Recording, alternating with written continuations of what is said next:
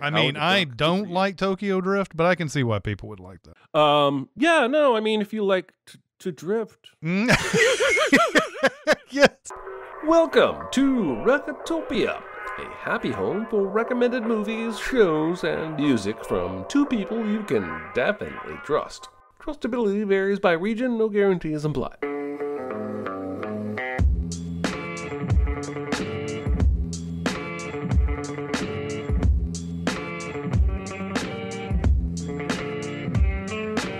Now, here are your hosts, Chris Atkinson and Jeremy Scott.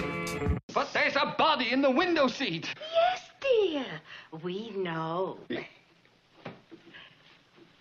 You know? Of course. Yes, but it has nothing to do with Teddy.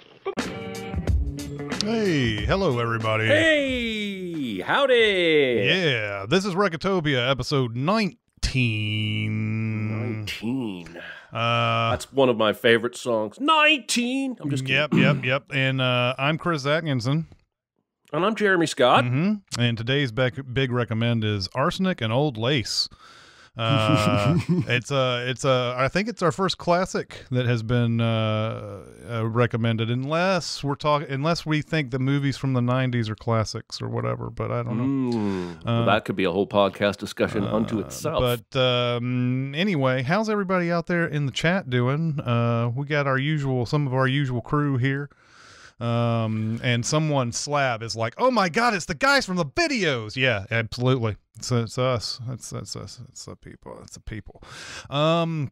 Anyway, before we get into the big recommends, you got any small recommends? It's no big deal. Itty bitty living space. It's so small and light. It's small, it's tiny, it's petite, it's wee. Yes. In unprecedented fashion, I'm going off book. Off book. And my first small recommend is I'm going to give it 1 2/3 thumbs up. 1 2/3. Oh, that's painful.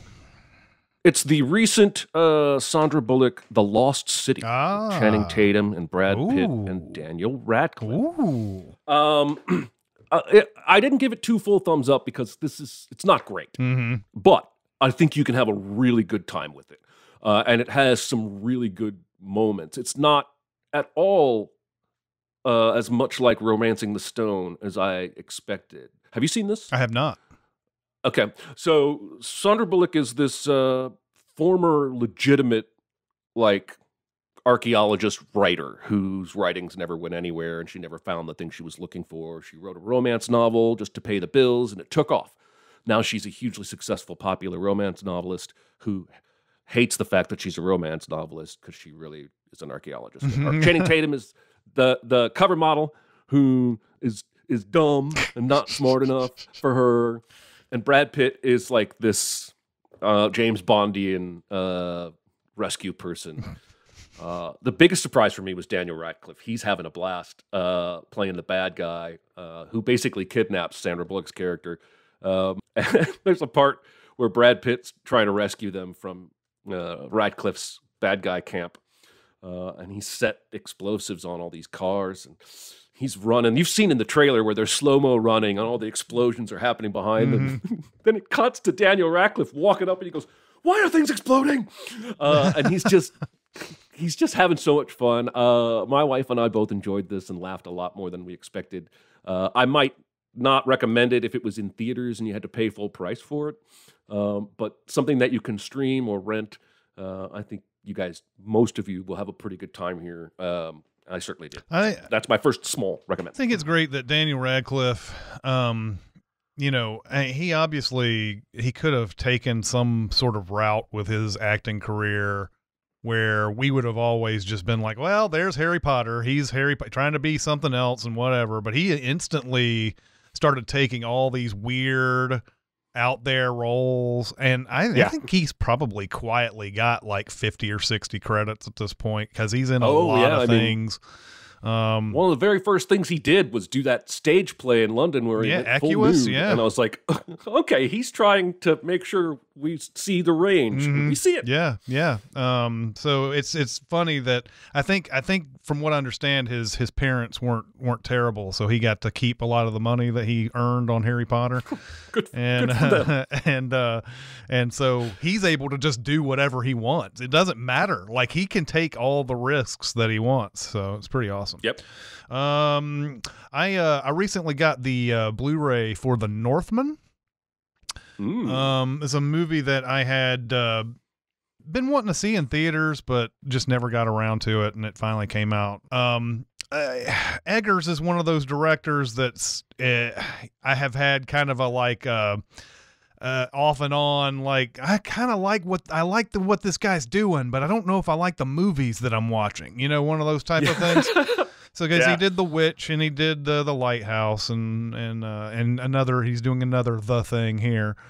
But this one's probably his most accessible movie. It has an actual, like, you know, there's not a lot of like super weirdness, although there is some super weirdness in it. But Alexander Skarsgård plays a guy who, when he was a kid, his uncle killed his father, took over the throne, and he runs away. They think he's dead. He goes off to, I guess, from what I think the movie is saying, is old Russia, not called Russia yet. I see. And he trains with another group of people who don't like these Northmen, these Vikings, I guess is what they're trying to say they are, or whatever. I don't know if that's what they're saying, but there's a lot of Viking names and words and stuff in this. But he trains with them, and they go to attack. This is many years later. They go to attack, and he hears through the grapevine that his uncle no longer in power in that place anymore, got taken over immediately by some other faction, and basically he killed his dad for no reason.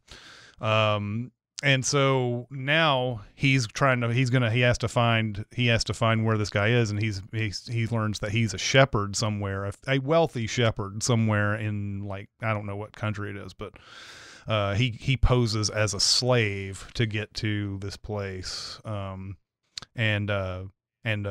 you know, comes in and starts to planning his revenge and everything. Nicole Kidman plays his mom, and you have Anya Taylor-Joy as another woman looking for some sort of like revenge or some sort of place in this world or whatever. Of course, they become romantically entangled during this and everything, but I really liked it. It's just one of those very visceral movies. Eggers likes to keep the camera on things. It's not a lot of quick cutting and all that. If you're into that Ari Aster, Eggers, the guy who did Green Knight, if you're into those guys' aesthetic, this is kind of in that same mold. I feel like a lot of these movies that these guys have made in like 20 years, we might be looking back at them as like the new Scorsese or the new whatever, because this is the new way of storytelling. Now, it could completely not translate at all, and I'm just totally wrong. But I think this is something that I think this is ahead of its time, kind of. Yeah, I'm interested in this one. I watched The Lighthouse a few weeks ago, mostly because there was nothing else on that I hadn't seen, and that was an experience. But The Green Knight is the outlier for me, and that one I really, really did. Whereas most of the other ones in these guys' pool have not quite vibed well with me, but the trailer for The Northman was outstanding. I wonder if it promised more action than the film actually has, because I think that might be the case. Yeah, I don't. Yeah, there's not like a lot of action in this. It's a lot of like it's a kind of a testosterone movie. It thought of it as Braveheart in Vikings times, basically, is kind of what this is. Although maybe less action than Braveheart, because Braveheart's a lot of battle scenes and stuff like that. This one is more. Yeah. He feels like he needs to it's a little bit more cerebral. But there is a lot of I will warn you, there's a lot of pretty grotesque violence, although it's shot in a way that it's not so sick, but there are some where you're gonna go oh, that kind of thing. So awesome. All right, going off book for my second small recommend. No, I'm not going to go off. I'm going to recommend a television show that I've only seen a few episodes of. Okay. My wife has watched all 7 seasons, and it's Grace and Frankie. Okay. I've seen this is a show on Netflix. Cover somewhere from Yeah, basically, if you just look at it from the outside, it probably looks like a sitcom for boomers, right? But it's more than that. The premise is Jane Fonda and Lily Tomlin, 2 of our best performers of all time, play people that their entire lives have hated each other. But just recently, their husbands, Martin Sheen and Sam Waterston, have decided they're gay. Okay. And they want to be with each other. Okay. And that causes Grace and Frankie to end up as initially unwelcome friends. They're in the same predicament. And they have to turn to each other. And that's sort of the base premise. But man, that's such a great cast. And they're all at the top of their game. Every time I walked in over the last several weeks while my wife was binging this show, I would have a genuine laugh. Sometimes I would sit and watch an episode with her. The supporting cast is great. Ethan Embry's in this. And it's just really well written, really well performed. It does get into some very special episodes and drama stuff. And of course, all 4 of those actors leads can handle that stuff without a problem.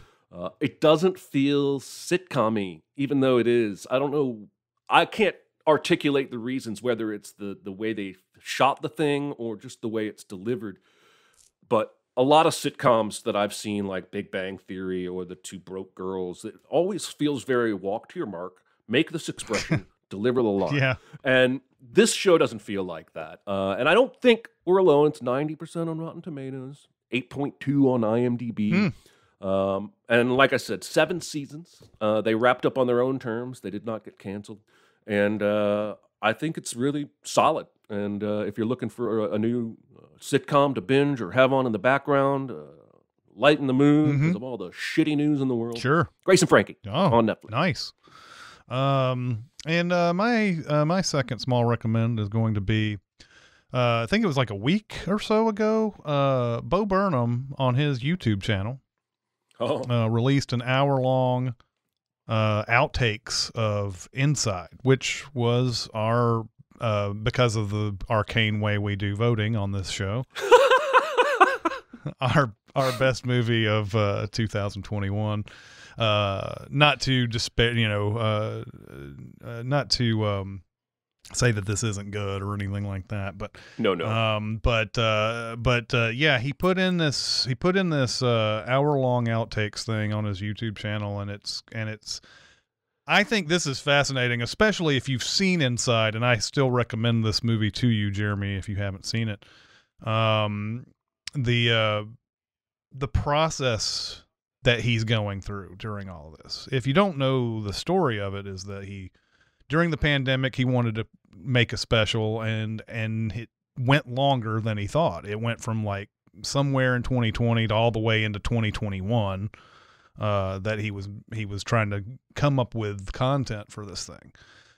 In the outtakes, you can see him just experimenting with things, like trying to see what this does and what this does, and like sitting around just trying to come up with ideas and everything. And I think this is as important to watch if you like Inside as the movie itself, because it kind of just tells you what kind of state of mind he's in. A lot of times people go, well, how do people come up with this stuff? Or how do they do that? And whatever. A lot of times it's so much failure and so much. And this isn't to say that the stuff that he has in the outtakes isn't entertaining or anything. That a lot of it is ridiculously entertaining.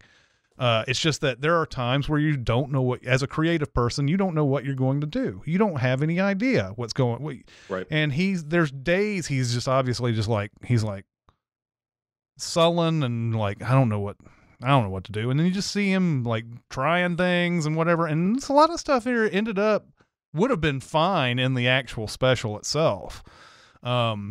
One that got circulated pretty well was the one where he's basically doing Joe Rogan's podcast, and that was really funny. Oh, I actually saw this one. Yeah, which is really, really funny. But he has a lot of others. He did some fun things with like the camera and like repeated footage and things like that, where you put the camera on something and then that footage shows the other footage inside, and then the other footage inside, and then the other footage inside. He did something with that in the main special, but you can see him like trying all sorts of different kinds of that particular idea in these outtakes. So what a gift he just gave everybody who liked Inside. To put that on his YouTube channel, and it's an hour long, so it's continuing your enjoyment that you had with that. So anyway, highly recommend his outtakes from that. Awesome. movie. That Joe Rogan thing was really funny. It's really good. But yeah, I think I do need to watch this. I do need to bump it further up my list because it seems more and more my thing. But yeah, I mean, I think anybody who's creative experiments, hell, our own YouTube story starts with a bunch of failures. Mm-hmm. Yep. Like, it's just experimentation until you find something that works. We had an email exchange when we found the thing we thought would work. We were like, yeah, this is going to be the thing. Mm-hmm. So yeah, I definitely need to put this on my list. Yeah, I like it. I think that you've been warned that there is discussion of things that might be your trigger, but yep. I say it in good faith that you would not watch this and feel the need to turn it off. It's that kind of compelling type of thing, and I think this is the type of thing that 6 months down the road, if you've watched it one time, you're going to tell me that you've seen it 10 times. That's the way I feel about that movie and these outtakes. So anyway, there you go. All right, I guess it's time now for this week's big recommend. The big recommend. I'm fine. It's just that you're so big. It's so huge. It's a good rule, but this is bigger than rules. It's bigger on the inside. Is it? I noticed. Arsenic and Old Lace. Oh, man. Mm-hmm. This movie is near and dear to my heart for many, many reasons. My mother exposed it to me, or exposed me to it. That's a weird phrasing. Mm-hmm. When I was pretty young, old enough to understand, that it's okay. Like, old enough to understand what was going on in the movie and not be like, oh, murder is cool. But still probably not a teen. I would say maybe 9 or 10 when I first started watching this movie. Mm-hmm. And we would watch it almost annually, like It's a Wonderful Life. And I also was in this play. Mm-hmm. Arsenic and Old Lace was a stage play before it was a film. Yep. I did the play in college. Anyway, there's fascinating trivia here. Cary Grant famously did not like his own performance in this film. Yeah. He did not enjoy working with Frank Capra. Yeah. Even though I think Cary Grant is one of the very best performances in this film. Yeah. And this is, like we said last week in prep, a classic slamming door farce. A writer who's famous for hating marriage gets married and decides to come home and tell his 2 favorite aunts that he's getting married. And in the process discovers that they have a dead body in the window seat. Mm-hmm. And over the course of the film, he discovers that they've got 11 dead bodies down buried in the basement. Yeah. And they have been, what they call in mercy, a kindness, they have been poisoning lonely old men. They bring them in, give them dinner, and poison them. And the old men die and have a peaceful look on their face, and then they bury him in the basement. They conveniently have the help of another nephew who believes himself to be Teddy Roosevelt, Mm-hmm. and So he goes down to dig another lock for the canal for another yellow fever victim. And they've just worked their own murders into his fantasies. And then the other brother, Jonathan, Mortimer's older brother, who's basically, evil incarnate, comes home with his right-hand man, Dr. Einstein. He's an actual murderer. Jonathan has killed 11 people himself and has a 12th body with him. And when he sees the hole in the basement, he decides, I'm going to put my dead body in here. The reason this movie is so hilarious is that it's the timing of when people find out and what they find out, right? Like the way it's slowly revealed for some characters, it's just everything is revealed at the exact perfect moment for maximum comedic effect. And one of the things I noticed the most watching it for this podcast that I hadn't paid attention to much in previous viewings is all the camera work, particularly when they quote unquote turn off the lights and the old women have gone to bed and people are sneaking out and moving bodies. The shadow and light work is astounding. Really good. This is a comedy, but it's like Academy Award worthy. They actually built this entire house. Capra wanted to shoot every single scene in this one set. They ended up having to compromise and shoot some scenes elsewhere. But they built this house so that they could shoot in every single room and exteriors. But it's a real house. They built and furnished every single room. They shot scenes in the aunt's bedroom that never ended up in the film. At the time, I believe it was the biggest film set ever built. That fascinates me. Because you really do get a sense of space in this movie, particularly that main living room. And it's fairly important for a couple of the suspenseful moments to know where you are in relation to everything that's happening. But I had never paid much attention to the camera work. I had always focused more on the comedy. Some of it's physical, like when he's poking his brother's leg with a fork to see if it has any feeling in it or not. I adore this. I love watching it with what I remember and know from doing the play. I played O'Hara, the cop who wants to be a writer. Oh, yeah. Keeps popping in and looks up to Mortimer. That was my role. And one of the things I remember most about this play was how much we fucked with each other with that window seat. Because on our set, when you went into the kitchen, you were actually invisible to the audience, but right behind the window. And the window seat's back was empty, so the dead body could slide in there when it was time to pull him out in that window seat. Because there's so many moments where somebody walks over and opens it to look inside, and sometimes it would be us making faces, sometimes it would be fake dog crap. Like, we were trying to make people break as much as possible with that freaking window seat. Let's hear what your impressions are on your most recent viewing of Arsenic and Old Lace. Yeah, this is my third attempt on this movie. I had seen it a long time ago, like I said, in the middle of a whole bunch of classics, probably watching a bunch of Cary Grant back in the day, because Cary Grant was known for this kind of movie, especially in this era, like His Girl Friday and The Awful Truth and all those type of movies. So the first impression I had, amazingly enough, is that I really love Priscilla Lane in this movie. Who plays his wife Emily, or Lane.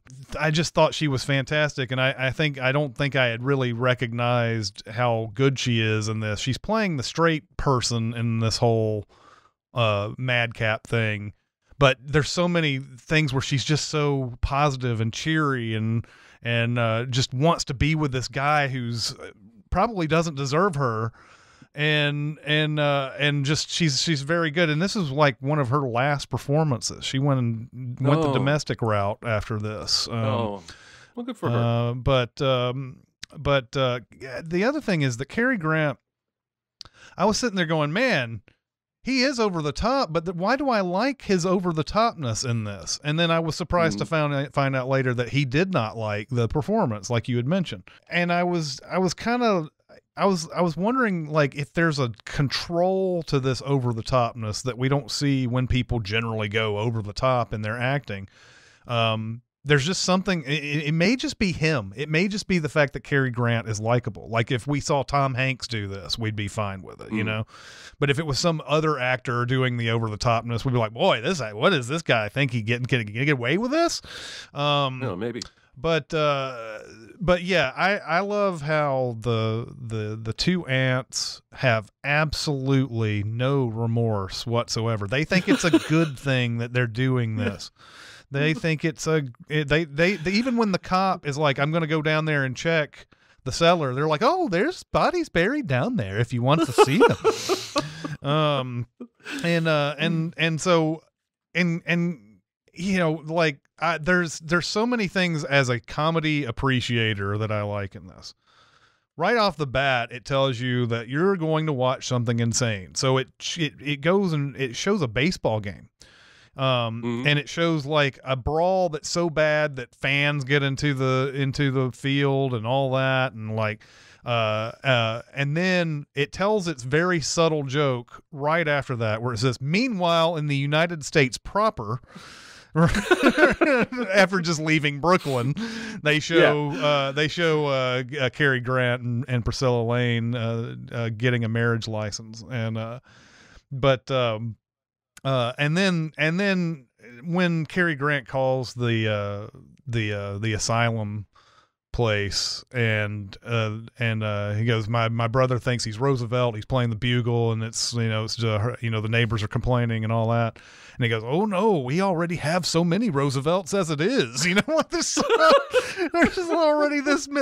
already a lot of people playing Roosevelt, and he's like and then fruitlessly, this guy's like, we could take a Napoleon if you got a Napoleon, and he's like, and you hear him say Bonaparte. It's Bonaparte. Like he has to like tell Cary Grant what kind of Napoleon he's talking about. That's the type of thing that just that really gets me into it. Is that it's an assured comedy. Like this is one where they're very confident in what is funny and they go off the deep end in a terrific way. And so yeah, for this new viewing was better than the other two by far. I had found out a lot of stuff too on this one. They were shooting this movie came out in 1942, 43, somewhere around there. Mm-hmm. Maybe even 44, because they were about to be finished or close to finished, and then Pearl Harbor happened. Think about that. The Pearl Harbor happened, and then 5 days later, Frank Capra is enlisting in the Army. Frank Capra did a whole bunch of like films for the United States Army, I believe, after this. But he had to file an extension with them to try to complete this movie. This was a play, yes. It was a play like in 1941. That's when the play first started. And they had they got nearly everybody from that play in this movie except for Boris Karloff, who all throughout this movie they're saying that the Raymond Massey character who's playing the other Brewster brother, or the sinister Brewster brother, they keep saying he looks like Boris Karloff all the way through it. But they couldn't get Boris Karloff because the Broadway producers said they couldn't have Boris Karloff. They were afraid that their play wouldn't do well if they didn't have Boris Karloff. And the studio offered him Humphrey Bogart for the play. Yeah. And I think this is an interesting case study in celebrity and the power of star draw, because the two ants were in the play. They were allowed to leave to go film. Yeah. But they weren't the names that Boris Karloff was. But Karloff, I think history looks good on him because he had to give permission for them to use his name in the film and make those jokes, and he did. So I think that's pretty big of him, but it's fascinating to me that the play was going on while the filming was going on. This would be like if they made a movie of Hamilton in the first year of Hamilton's run, and everybody except Lin-Manuel was allowed to go film it. Right. it's just a fascinating situation how it all came to be. Yeah. So yeah, I mean, there are a lot of like interesting ins and outs of this whole thing. I think it ended up not being able to get any Oscar consideration because of how long it had been delayed. It had been shot in 41 and 42, and I think the only showing in 1942 was Frank Capra showing it to U.S. Army members back in the day. There was there was a thing in the IMDb trivia that said when Capra was in Europe before the film had released, he heard soldiers doing the charge joke and realized they had seen the movie and made some inquiries and found out that one of the producers had showed it to some Army and soldier people. And what a strange life it had working its way to the eventual screen. But the content is so good. I think it was going to be a classic even if it delayed 10 years before it came out. I love how over the top Cary Grant is because of how not over the top almost every other character is. I think the Dr. Einstein character is a little over the top.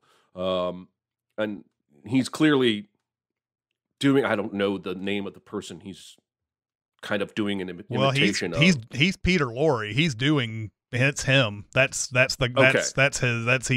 basically that guy. Yeah. Okay. There are a few moments where I love when he finds out the ants have killed 12 people because he's like, it's great, Johnny. You've been chased all around the world. They stay right here in Brooklyn. They have as many as you. And then they argue over one guy in South Bend, whether he counts as a kill because he died of pneumonia, but he wouldn't have died of pneumonia if I hadn't shot him.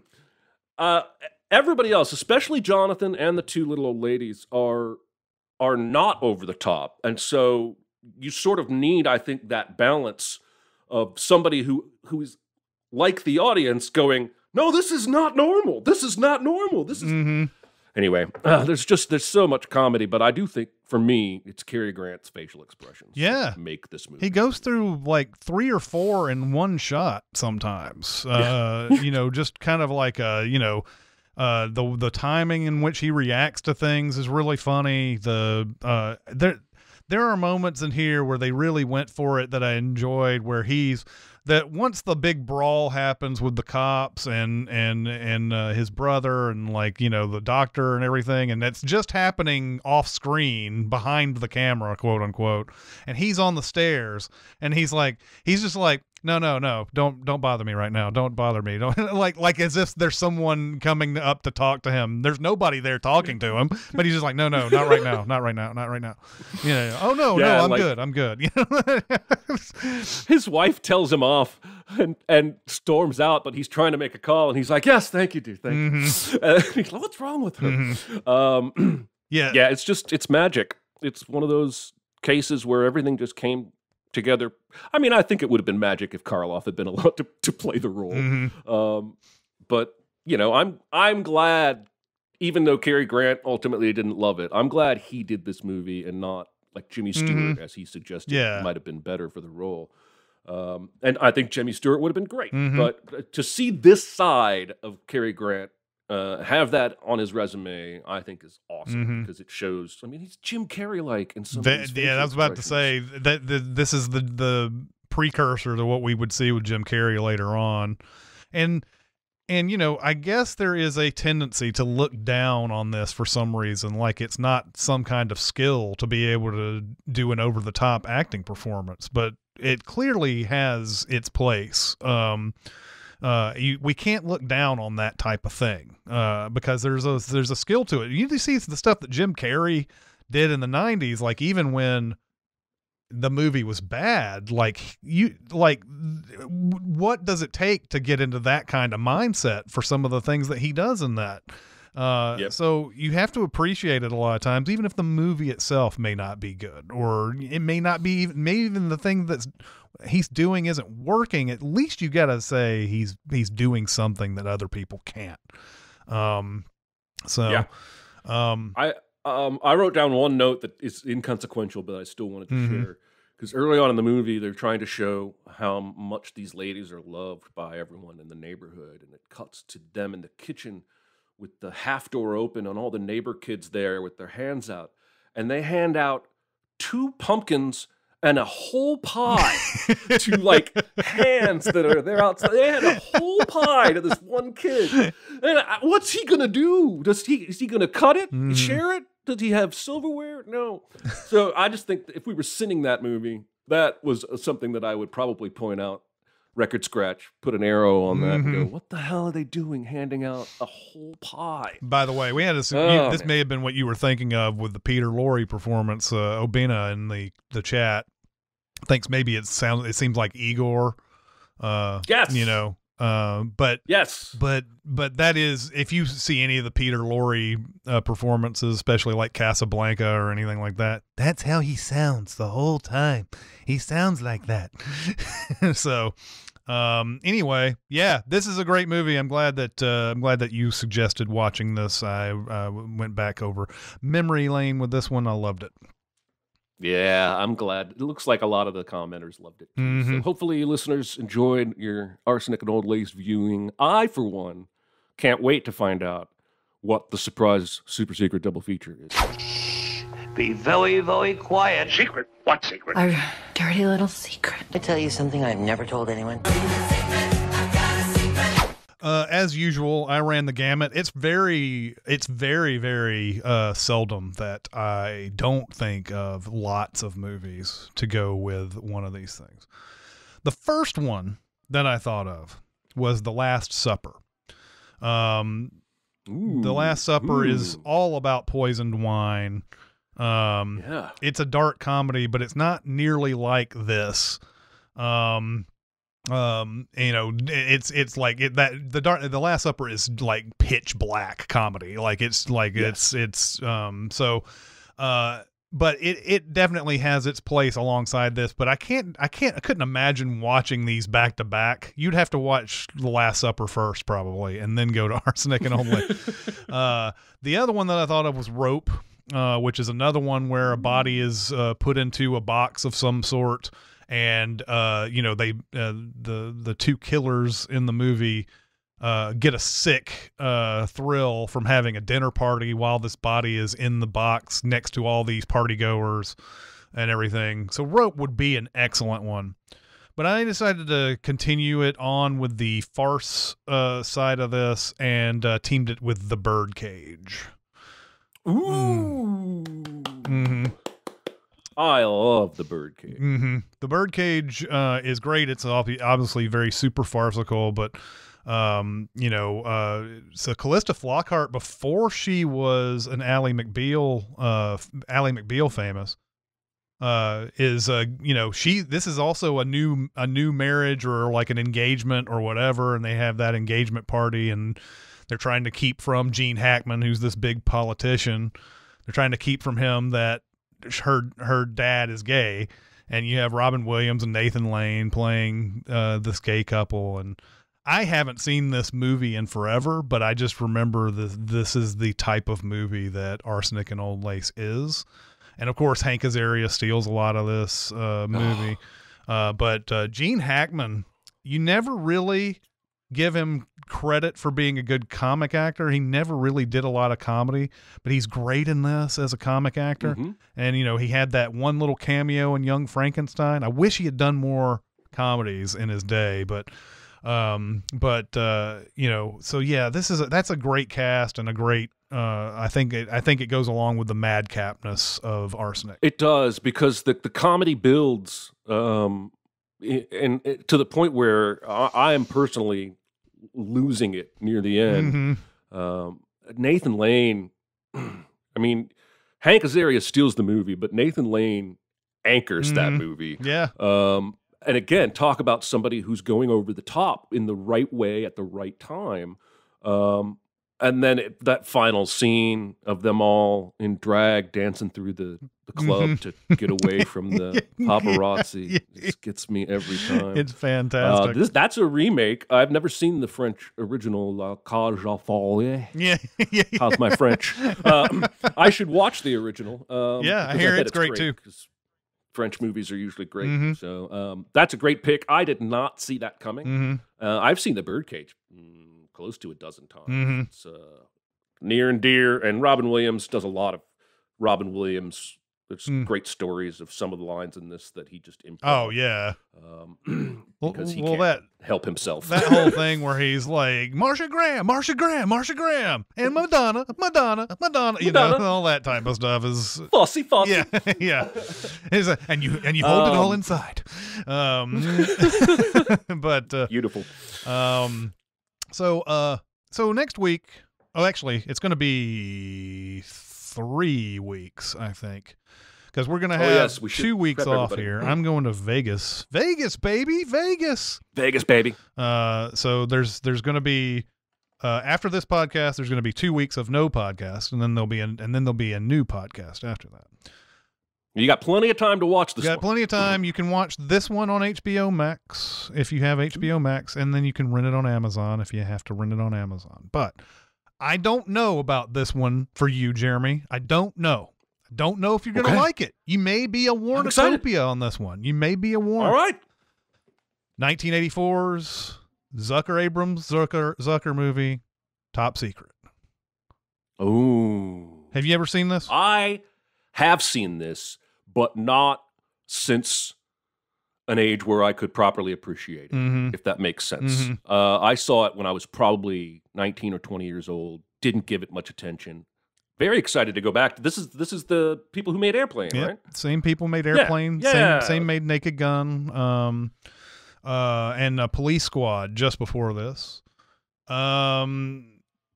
So I don't know how madcap and crazy you like your comedy a lot of times. This is one of these type of things where sometimes people watch a movie like Top Secret and they say that is too dumb to be funny. There are other people like me who look at a lot of the different kinds of gags that they have in the movie. There are the way Zucker used to do stuff back in the day and why it was so far superior to all the other spoof movies that came out later on is that they actually would make film choices in their comedy a lot of times. Stuff that you're like, oh, that's a a trope that we see in movies all the time. And then they would do something, they'd spin it. It's weird though. Val Kilmer plays Elvis basically in this, and it's a World War II movie. It's about the French Resistance. All of that is in there. It's really strange, but I think even if you may not like the movie, you're going to come out of this remembering at least 10 gags that you liked. Okay. All right. So anyway, I think you got a good shot here because I like The Naked Gun. I like the Naked Gun sequel. And I like Airplane. So this is the forgotten one. This is basically the forgotten one of their movies. Like, I don't think this was a tremendous hit. And Val Kilmer back in the day used to do some really crazy comedies like this and Real Genius and stuff like that. Kind of like I think this movie may have been the one that set him off onto, I'm just going to do serious movies from now on. Cause that documentary Val, he talks about, he's talking about his diary and was like, I'm doing this movie called Top Secret. It has a plot that I have a very hard time telling my friends about or something like that. And I'm like, oh, so you did this movie all in the good fun that it is, and then you just didn't know how to describe it afterwards. It's disappointing. But anyway, Top Secret in a couple of weeks. All right, Top Secret. I'm excited about that one. I might watch it tonight. No, that'd be too soon. I think we should move into some questions. Question. I got something to say. I want the truth! I'm listening. First question. What movie or show do you want to have the other person watch from their list of shame most? Either because the movie fits them so well or because you're wanting to talk about it badly. I'm pretty sure you still haven't seen The Lives of Others. So I have not. So I am going to re-up that one today.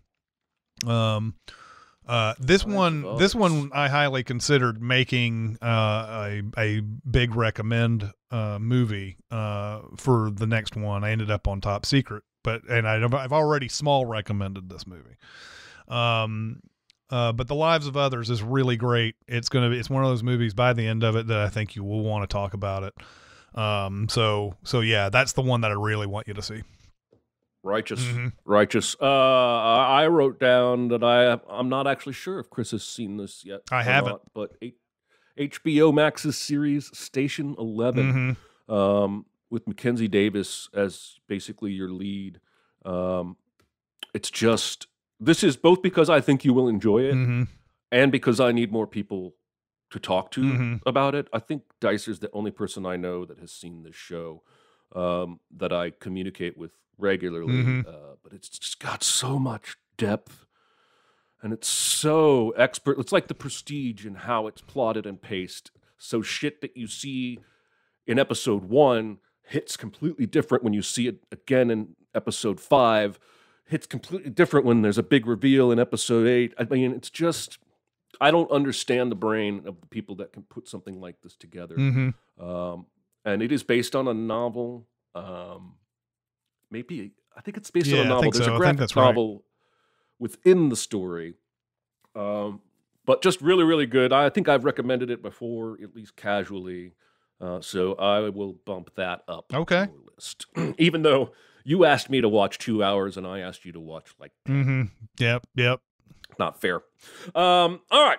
Let's see. Moving on. What is a movie or TV crossover that you would pay to see? Example, I have always wanted to see a Herbie the Love Bug, Chitty Chitty Bang Bang crossover movie. Honest to God, I thought that already existed. I'm not lying. That just makes so much sense. I don't know why that doesn't already exist. Chitty Chitty Bang Bang. I hate that movie. What do you think, Chris? Because the stories are so similar and they could possibly interweave considering the subject matter. Breaking Bad and Ozark would have a great crossover. Obviously you would have, because Breaking Bad's, Ozark has completed I haven't seen that last half that they came out with yet. I watched the first half. I hate how they do this now. Everybody's got to do this one half of a final season and then we do the other half afterwards. I hate this, especially because once I was into that final season of Ozark, that first half, I was like, I'm ready to watch them now. And now that 2 months have gone by, I'm like, fuck it. I'm just going to wait for, I don't need to watch it now. But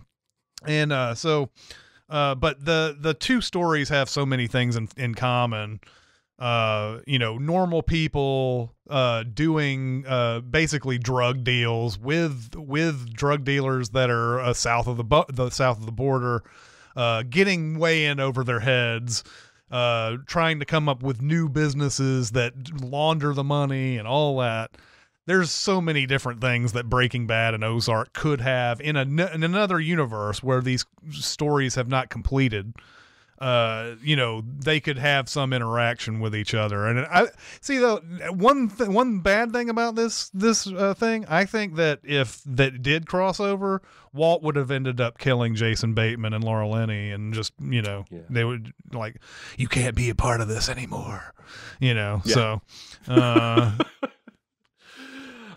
Ozark is on my list of shame because I know it's I have no question of its quality, and I like everybody on it. Yeah, so. Ozark is really good. I've enjoyed it.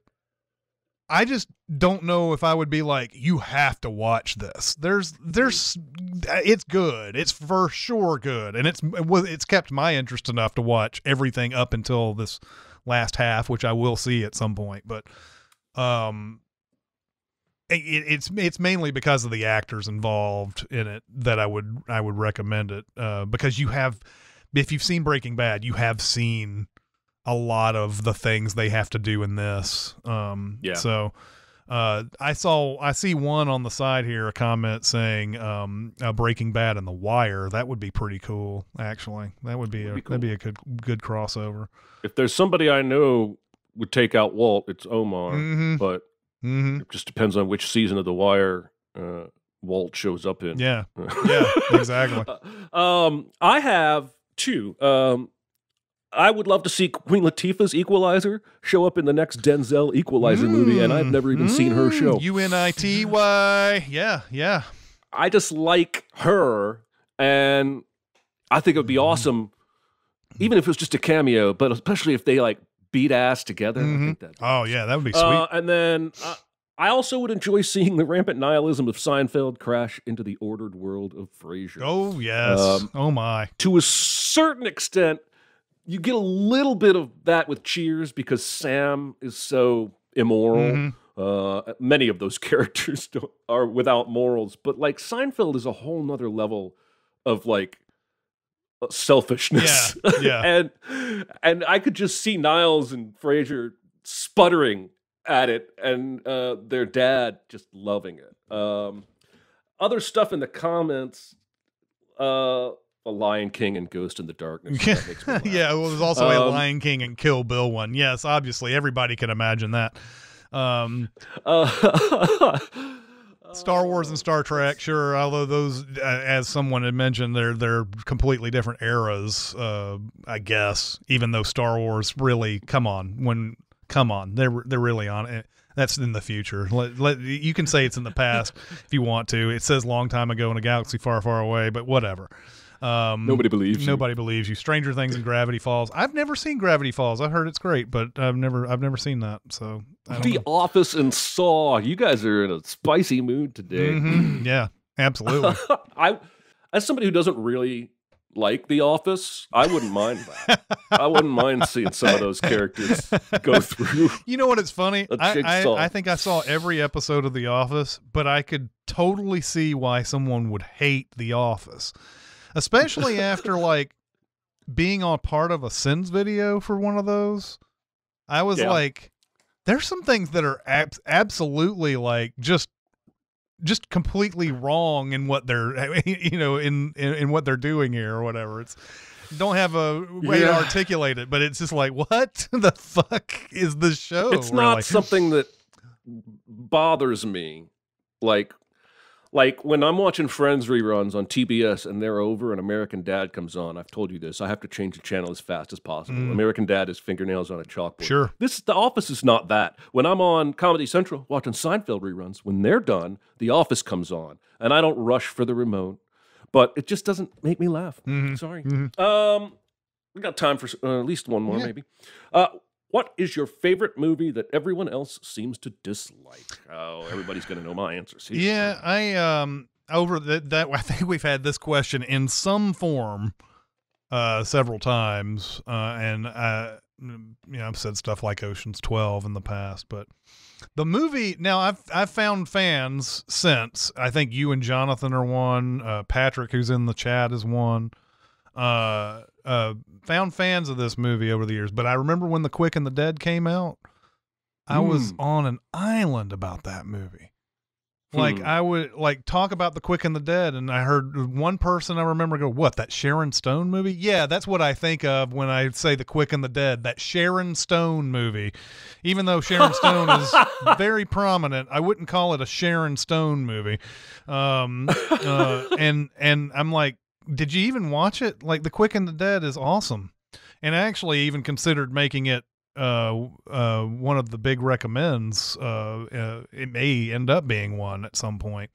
But that's a great, fun Western, and it seemed like nobody watched it and nobody liked it. So yeah, interesting. I watched this movie on streaming a few years ago, called The Signal. It's made in 2014. Lawrence Fishburne's in it. Basically about, it's about a signal and some sci-fi stuff and possible super powers. The government people, scientists are chasing this guy. Anyway, I watched this movie and I was digging it hard. And I came out of it and I went, I wonder what the internet thinks of this movie. Not good. Nobody likes this movie. And I have never gone back to it, but I will defend the fact that I really, really dug it. Anyway, I could just say Horrible Bosses 2. Yeah, But yeah. you guys all know that. Yeah, that is a funny thing that you saw that one first, and now the first one, which has all the jokes from the second one. You're like, I don't like that first one as good. I see down here The Weatherman, which is that's a good choice. I could have picked that one too. That one alone, just for the Nicolas Cage going down the sidewalk trying to get that item for his wife or whatever. He's trying to remember whatever that item was, and then he sees that woman who's that really hot woman in front of him, and he's like, I wish I had two dicks. And just in the middle is a stream of consciousness thing, and he's like talking about like, eggs or something, dozen eggs. I wish I had two dicks. That's really funny. Somebody likes Tokyo Drift. I can see that. I can see why. I can see that. Paul Blart, some brave people in the chat today. I mean, I don't like Tokyo Drift, but I can see why people would like that. Yeah, no, I mean, if you like to drift. Yes, indeed. In Tokyo. Yes. Let's go one more. All right. One more. All right. Since we are taking a 2-week break, we'll give them a bone. Here is a potentially interesting question. Well, we'll be the judge of that. What person or event do you believe should have a movie made about it or them? So a documentary has been made about this, and it's a perfectly good documentary. I just think this is one of those kind of documentaries, since there isn't a lot of footage. Like, we always take to task a document, like something like Man on Wire coming out, and then they come out with the Joseph Gordon-Levitt movie later, and it's like, well, we've got footage of all the real shit that happened. Why do we need this dramatized at all? Exactly. But that whatever that documentary was called, I think it's got a million names. A million words in the name, but it's an Island of Dr. Moreau, making like a story behind the Island of Dr. Moreau. Really good documentary, but I would like to see a dramatization of the making of Island of Dr. Moreau. All the different crazy shit that happened in that, and I think it would make a fantastic movie. But considering that David Thewlis has come out to say something to the effect that I'm never going to talk about anything that happened on that set, is A, makes me even more intrigued, but B, maybe we'll never get enough of the story to really know, to really hit and to make this a perfect movie. But I think that would be a great movie if they did that right. All the little tension between Marlon Brando and Val Kilmer, the director getting fired and then like going off into the woods and coming back as an extra, all that type of stuff is. I have to see that on screen. I have to see that, since we don't have footage of it. I have to see it on screen. So I think it would be great. I have so many answers here. This is a question you can make a whole podcast out of. The first thing I thought of was that Robinson guy in Molly's Game, Jackie Robinson's brother, who came in second. Who's the runner? Owens? Who's the Olympic runner? Jesse Owens? That she's talking about. It's not. Anyway, he broke the world record. Guy who came in second also broke the world record, but because he came in second, nobody ever remembers him. That guy's brother also happened to be Jackie Robinson. I think you could look at two of the biggest sport stories in all of history through the lens of this one guy who never got to have any of that glory. Mm-hmm. I think that would be a very interesting story to tell. Yeah. Similarly, I wrote any of the Midnight Ride guys from the Revolutionary era that got overshadowed by Paul Revere. Yeah. Because Paul Revere is the only guy anybody remembers, but there were like 3 or 4 different guys that made Midnight Rides that really kind of saved the bacon. Mm-hmm. And history does this all the time. There was a woman who refused to give up her seat on a bus before Rosa Parks did. But she's not known by history as much as Rosa Parks is. Right. So somebody like that, somebody who history has straight up overshadowed, getting their chance to shine in a movie, I think that would be pretty awesome. Although, if I'm honest, a movie about riding a horse at night not very exciting. Probably. Well, it would be all the things leading up to that, right? It wouldn't be wouldn't be just the horse riding, or else we'd have a 10-minute movie. So I would like to thank everybody for coming out Mm-hmm. to the live chat. I really like seeing your digital avatar faces every week. I also want to give a shout out to all the listeners. We really appreciate you. And if you have suggestions on small or big recommends, you can always send them to Recotopia at cinemasins.com. Okay, cool. All right. All right. Thanks everybody. This the next one is top secret. It'll be in a couple of weeks. But we'll see you next time. See ya. Bye. Bye. Be a part of the live show by being a member of the Sin Club at Patreon at patreon.com/cinemasins. Chat with us on the Cinemasins Discord at discord.gg/cinemasins or Cinemasins Twitter at Cinemasins, and email any comments or questions to Recotopia at cinemasins.com. That's RECOTOPIA at cinemasins.com.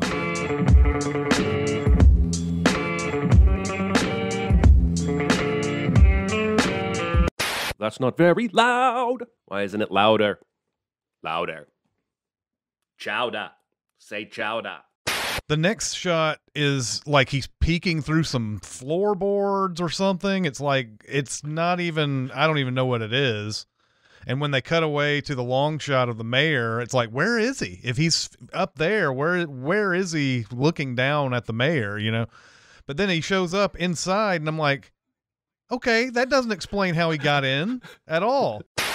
I'm more concerned with why the skylight exists. Yeah. I'm like, is there a 30-foot pole somewhere in this guy's living room where he reaches up to crack the skylight open when he wants some air? It's also pouring rain right now. Right. That might be the first time in history I ever accidentally turned in a script early. Like somewhere halfway between the time it's supposed to happen, they're like, we've Priceline's like, we detected a change in your flight, and I was like, oh, it's at 6 o'clock now. Okay, whatever. I'll worry about it when I get there. Oh, it's there. You should just change your lifestyle completely and fly like Adrian Grenier. Don't bring anything but the jeans and t-shirt you're wearing. That's correct. Yeah. Yeah. Because you can buy whatever the fuck you need when you get there if you're Adrian Grenier. Yeah, that's very true. That's very true. So yeah, they're going to be tough to beat no matter who comes out of the East. I mean, Rangers or Lightning. I mean, that Avalanche team is a handful, man. That's a team that could win 6 Stanley Cups if they keep it together. Yeah, and they, might have the ownership to do that. Unlike a certain local hockey club. Team. Yeah. Yep. Is it weird to wish that your favorite sports team millionaire owner had more millions? Hey, we both made it back in time. Yay. Go us. We should be praised for being able to get drinks and coming back in a minute.